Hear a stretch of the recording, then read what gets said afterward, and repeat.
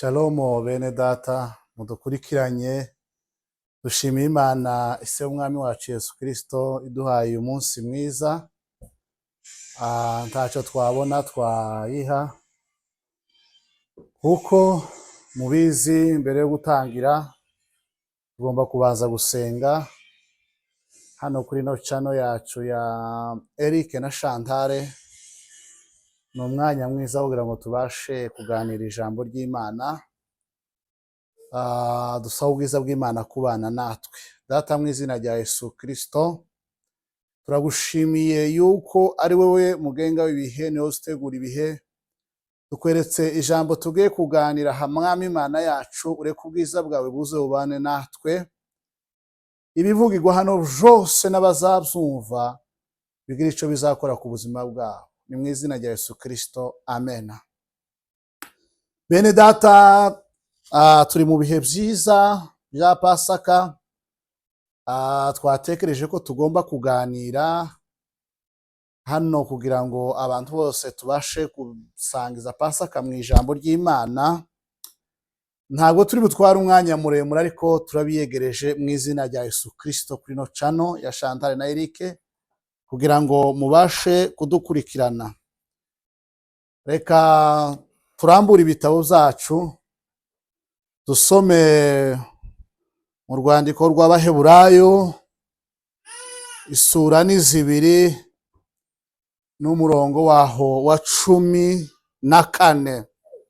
Haravuze ngo nuko rero kuko abana bahuje umubiri n'amaraso, niko nawe ubwe yahuje ibyo nabo, kugira ngo urupfu rwe aruhinduze ubusa, ufite ubutware bw'urupfu ari we Satani. Amen. Uyu munsi wa none natekereje ko tugomba kuganira kuri Pasika. Twibaze muri ibihe tugezemo, ariko nsanga ko tegura teme mutwe w'abajambo tugomba kuganira uyu munsi wa none. Turavuga hejuru y'amaraso, amaraso Yesu Kristo. Two kwibaza ngo ese ubundi amaraso ni iki mu buzima busanzwe? Amaraso afite ibintu byinshi asobanura cyangwa asigura ku buzima bwacu. Dusanga mu bigize umuntu habamwo n'amaraso. Iyo umuntu adafite amaraso nta buzima aba afite. Kenshi muri iyi si ya none tugezemo kuri none, iyo umuntu arwaye akaja kwa muganga, ntibakikubaza ngo ese urwaye iki. Wenda uvuga ngo urwaye indwara, ariko hari igihe ushobora kuvuga indwara urwaye wenda atariyo. Ariko iyo ugiye kwa muganga bafata amaraso yawe bakayapima. Bamara kuyapima bonyine ibipimo bigahita bibabwira indwara urwaye, batarinze kuvuga ngo wowe ubabwira indwara. Amaraso yonyine ubwayo akivuga. Bapima bagatora indwara barebeye mu maraso. Ayo ni amaraso. Navuze ko mu bigize umubiri harimo n'amaraso. Ubundi dusomye aha ijambo ry'Imana, tukiri ku maraso, umwana na se nta kindi kiza kibasha kubahuza cyangwa kumenya umwana wawe kuri none.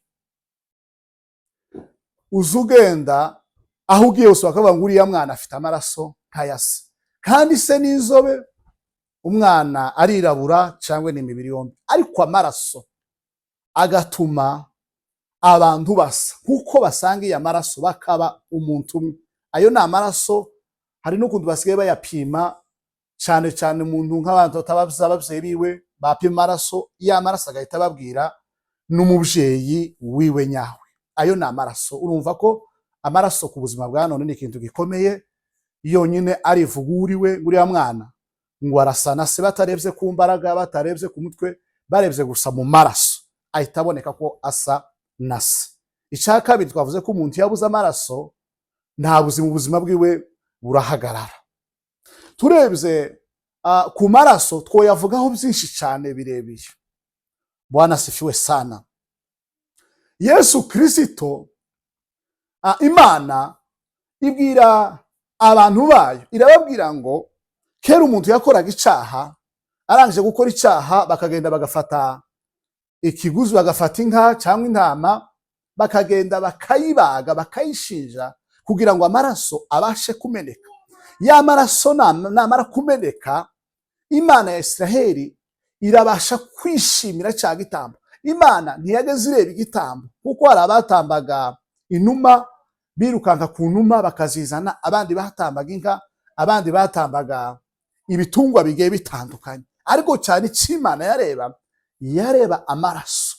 Unarebye cyane iyo bavuga ku maraso, bavuga urebe nk'inka iyo yapfuye inyamamfu, igituma inyamamfu ari mbi ni ukuvuga ngo hari amaraso agomba kumeneka kugira ngo bwa bugingo buyirimo busohoke, abantu babone kuba bayirya.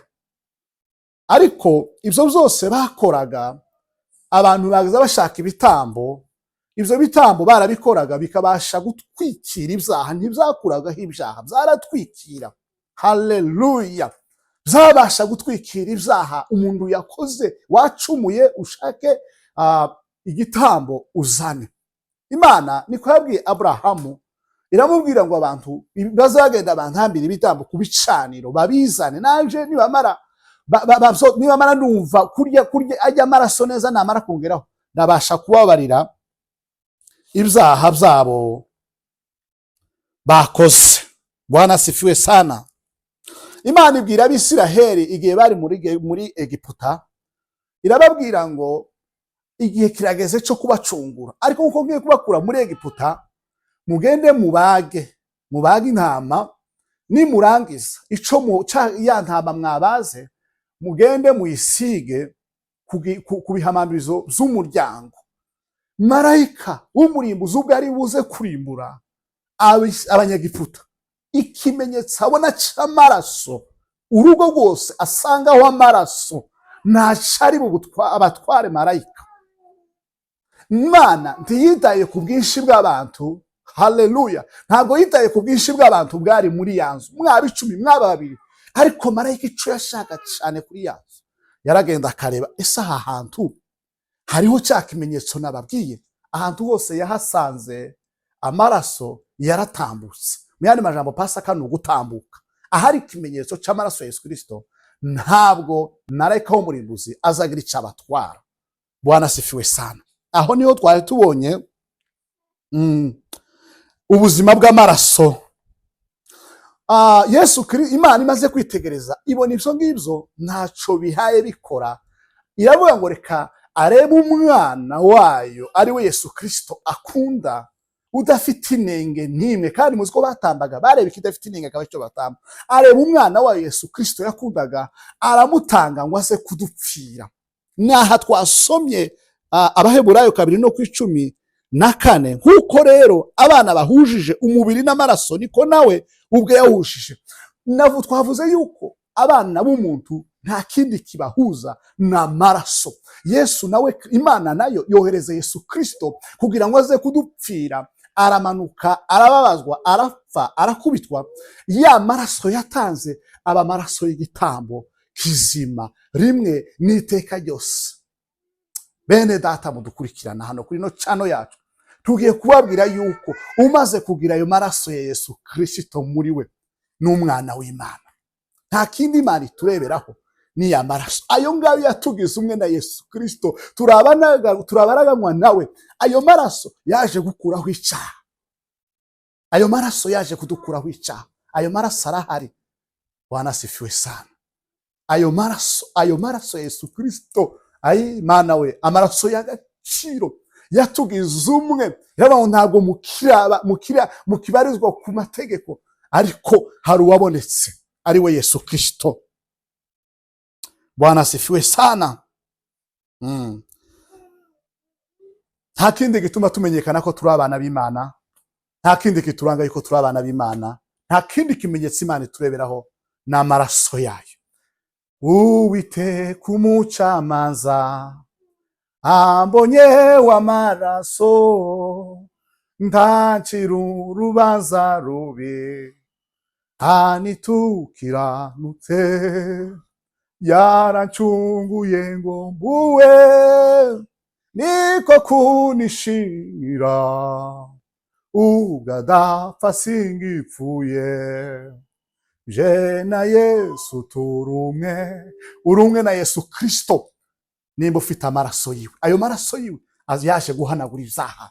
Mwene data, uyu munsi wa none wowe ukiri mu byaha, ngwino kwa Yesu Kristo, ngwino wibire mu maraso ya Yesu Kristo. Damu ya Yesu yatakasa, amaraso ya Yesu Kristo nubu aracahari. Niko ijambo ry'Imana rivuga ngo Ayabeli aracataka, ariko Ayabeli yo azataka avuga ngo Yesu uzajya ari kumporera, ariko amaraso ya Yesu Kristo yo amanitse amaboko agutegeye kugira ngo uze umusange, uze muri ayo maraso ya Yesu Kristo. Mwene data, ngwino ku isoko nziza, wibire muri ayo maraso ya Yesu Kristo. Yesu aragutegereje, Yesu aragukeneye, yapfuye ku bwawe, yamenye amaraso ku bwawe, aragukunda. Nubwo uri umunyategeke aragukunda, nubwo ugayitse situwasiyo yose wowe uriho, hamagara amaraso ya Yesu Kristo. Reka tubasengere, dusabe Imana ya Isiraheli ikomeze kubagira neza muri bihe bya Pasika. Mukomeze mugire Pasika, mwakire Pasika, ariyo maraso ya Yesu Kristo abe ku buzima bwanyu, abe ku miryango yanyu, abe ku ngo zanyu. Ahari intambara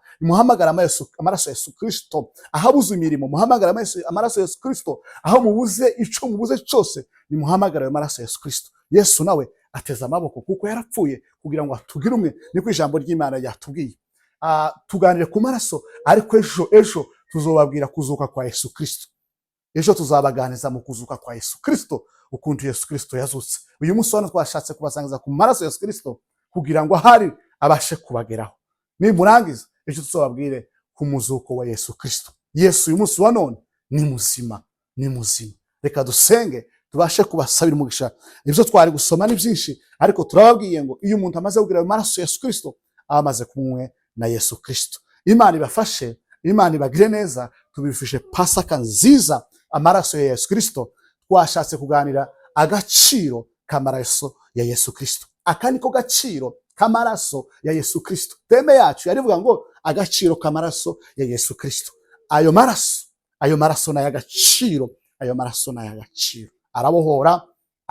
Wewe urushe iyambaza ayo maraso ya Yesu Kristo mu buzima bwawe, arakubohora. Yatugize umwe kandi turabaraganywa nawe mu bwami bwiwe. Reka dusenge tubifurize Pasika nziza. Turabakunda kuno chano yacu, tugomba tubazanire byinshi ijambo ry'Imana, gukurikirana inyigisho n'ibindi bitandukanye. Imana ya Isiraheli ikomeze kubagira umugisha, kudushigikira namwe. Reka tubasabire umugisha, tubifuriza na Pasika nziza muri iki cyumweru, aho muri hose muzagire Pasika nziza. Data mu izina rya Yesu Kristo, turagushimiye ko wabanye natwe mu ijambo twavuze ku maraso yawe y'igiciro. Buri muntu wese abashe kwakira ayo maraso yawe. Mu miryango y'ubuza amahoro bakira amaraso yawe, ababuze imirimo bakira amaraso ya Yesu. Ngo ayo niyo yatugize umwe, ayo niyo yatumye tumenyekana abo turibo, identite yacu Imana yayisanze mu maraso y'umwana wa Yesu Kristo akunda, aramutanga kugira ngo tubashe gucungurwa. Twaguzwe amaraso y'igiciro. Yesu we warakoze kuza kuducungura. Reka imbaraga zawe zize zibane natwe. Turabashimiye, mugire umunsi mwiza. Ni kuri ERIC&CHANTAL. Ciao ciao, turabakunda cyane. Amen.